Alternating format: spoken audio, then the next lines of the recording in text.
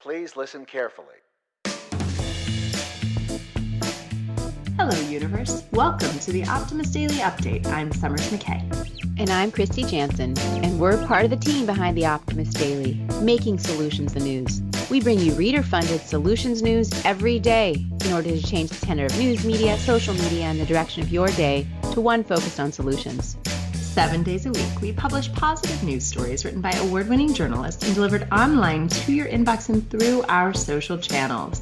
And also, we are sharing these solutions in a commute-worthy, walk-worthy, home office-worthy podcast. Today is Friday, the 7th of May, 2021. Hello, my dear. How are you?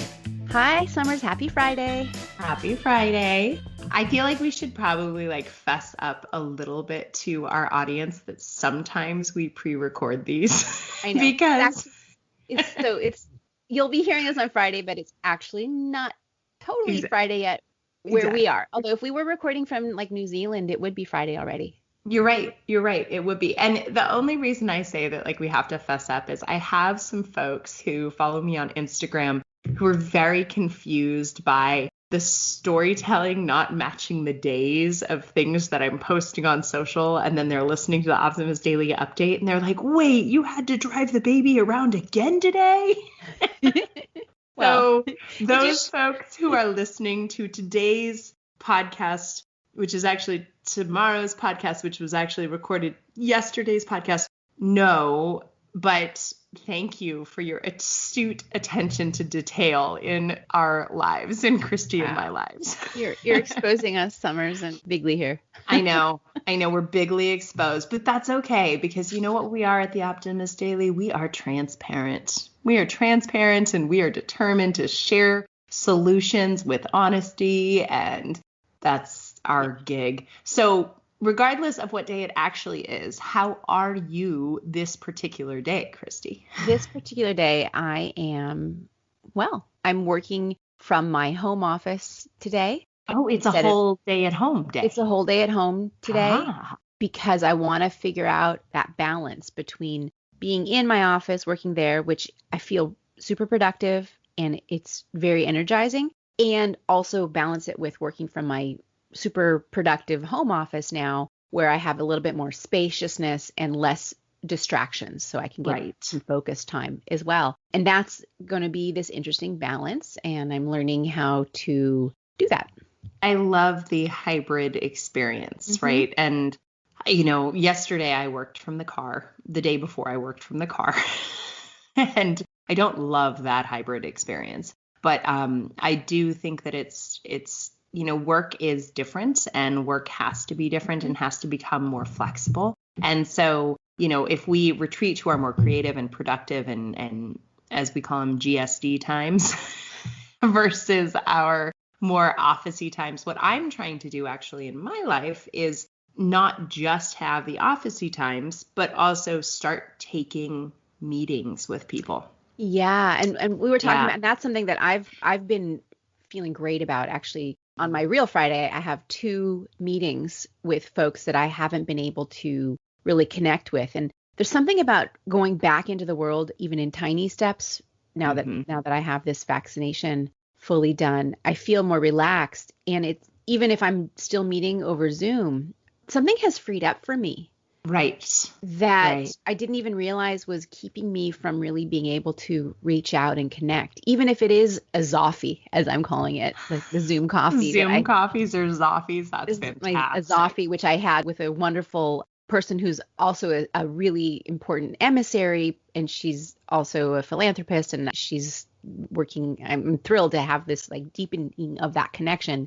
But I could have done that throughout this whole year, but I didn't make it happen. Right. Well, and I think we didn't make it happen because the notion of meeting someone for Zoom coffee because we had to, because we couldn't then meet them in person, because we couldn't then take action in any physical direction felt sort of oppressive. And now when it's a choice, I'll meet you for Zoom coffee, or I could meet you at the local coffee shop. But hey, it's probably just easier. Let's just meet for Zoom coffee and we'll follow up with a walk later, walking meeting later. It feels more collaborative. Yeah. So I'm just observing this and I'm watching it. And I know that as we go back to work, and I've been hearing this in lots of other places as well, companies are trying to figure out what they're going to expect from their employees, their workers, mm-hmm. and workers are trying to figure out what they really want from their work. And that's even something that this year has brought out. Mm-hmm. A lot of people who, without the social aspects of the work life, the office life, they realized that they hated their jobs. The actual job was just not working for them. Right. But what do you do with that? And having that knowledge, how can you figure out a new relationship to your job? Or maybe it's time to look into doing something that really does light you up in a different way. And that's been an interesting conversation for a lot of people on an individual level. And I think we talk about that concept of finding resilience and finding a good life for each of us in today's pod, right? Summers? Well, we are, and this is a little bit of a post view and a preview, but we published an Optimist View this past weekend from Ken Linder, who wrote about career choreography, and we will be interviewing him on the podcast in a few days. And in the past, the notion of do what you love and you can have a job that you love seems very ivory tower, right? Like not everyone has the socioeconomic ability to just be abundant and only doing work that they absolutely love. But I think what's going to be really interesting in this next chapter is figuring out how to love what you do, right? Mm-hmm. It's not just choosing, oh, I can't do that job because I wouldn't love it. It's I do this job and therefore I choose to love it for these reasons, or I choose to build it in a way that allows us to all take a little more control, both of our individual experiences and then also of the experience we, just that exchange we have, right? Work is an exchange. It's a monetary exchange. It's an intellectual exchange. It's a collaborative exchange. And so finding ways to find joy or solutions for optimism in your daily life and in your work, all are becoming increasingly important. Yeah. And I think a big part of that is ascribing meaning to the work you do. Mm-hmm. So whether if you're a house cleaner, if there's some way that you can connect to the notion that you're making a place beautiful and clear and orderly, then it feels like you're doing good work in the world, mm-hmm. right? Even mm-hmm. if it's quotes lowly, scrubbing toilets. If you have a different attitude, it feels better to do that. Anyway. So yesterday we'll get back on topic, but I'll just add one little vignette. Yesterday I was walking around a nursery garden area in the area where I live called Solstice Gardens. And there were just tons of people who were just like their hands in the soil, cleaning pots, getting things ready because a weekend's coming up and folks are going to be definitely shopping for spring. And I had this feeling of, I love what I do at the Optimist Daily and I love our work here. And we all ascribe tremendous meaning to our work. But I just had this moment of like, when I retire, all I want to do is run a garden shop. Like I could love nothing more than spending every day, all day, scrubbing dirty pots. And so it is a little bit about like mirroring like those fantasy jobs and that fantasy life with your productive life. And there are habits and tools. And Kristy, like you and I keep sort of volleying back and forth who's going first because we have such yummy stories today. But why don't you talk about habits for happiness? Okay, so that's happiness, although feeling good in your life is probably one of the things that will lead to longevity, which is what I'm going to focus on. The headline I grabbed as my story to highlight on the pod reads, 4 habits to form for a long life, according to a Blue Zone expert. And I was amused this morning that Amelia, who's much younger than I am, had never heard of the Blue Zones before. And so when she was writing about, I think she probably wrote this article, was writing about the Blue Zones, and there's an So what are Blue Zones? So Blue Zones, can't assume everyone knows. Okay, exactly. We can't assume that. So Blue Zones are areas in the world, communities around the world where there's unusually long-lived people. So think about Okinawa, Japan, Sardinia in Italy, Loma Linda, California, different areas in the world where there's an unusual amount of people who live very long lives, up to being 100 years old. And not just living long, but living full, active lives that are not like your last couple decades in chronic disease, like diabetes or heart disease, but actually long, active lives. There are areas in the world, and it has to do with the diet that the people in these areas keep. It also has to do with movement, and it also has to do with having active social lives. And those things all seem to be a constellation that gets in different ways expressed in these different areas of blue zones. And so Dan Buettner, who is a longevity expert and a National Geographic fellow, he wrote this book, Blue Zones. I think it was in the early 2000s. I remember reading it, and it was something I was really paying attention to back then. And so it was amusing to me that Amelia, who's, quite a bit younger and probably was, I don't know what she was doing in 2000. I don't even know if she was born yet, but no, she was in diapers. Oh, she was definitely born. but she was not reading about blue zones. She was just thinking about growing up, right? But she was refreshing to her to encounter this. And so the article that we're highlighting is just 4 simple habits to form that can help anyone improve their longevity. And this article focuses on movement, which is one of those key parts of longevity in the blue zones. And it's not about lifting weights or going to the kickboxing class or even doing yoga necessarily, although those are all good things. It's just about setting up your surroundings in a way that encourages you to move constantly and work your muscles and keep active. And so this article just talks about 4 strategies that can help nudge you towards a blue zone worthy life. Includes keeping a pair of shoes by your door. So just the visual reminder of easy to wear shoes you can slip on just so you can go out and walk around the block or walk in your garden or wherever you live. But having those comfy walking shoes, I mean, that's one of the reasons that I have a dog. I love having a dog that I take for a walk. Because the next tip is make a plan with a friend. And so my friend is my dog, but it's also finding those people to take walking meetings with that you were talking about. Mm-hmm. I have a walking meeting scheduled tomorrow. I'm delighted. And whatever kind of movement you love, figure that out and then just build that into your life. So that might mean dancing. That might mean hiking. That might mean playing squash or doing yoga. It might mean gardening. I feel lucky that I live in a home that has stairs, which means I'm always going up and down the stairs. And that's another aspect. All of these things. And in context, having that social connection, eating clean, healthy food, all of these things are also important. Anyway, that was the tips from this article on blue zones. And I just think it's a nice reminder. It is something that's been out in the world for a long time, but heck, a lot of people have never heard of it.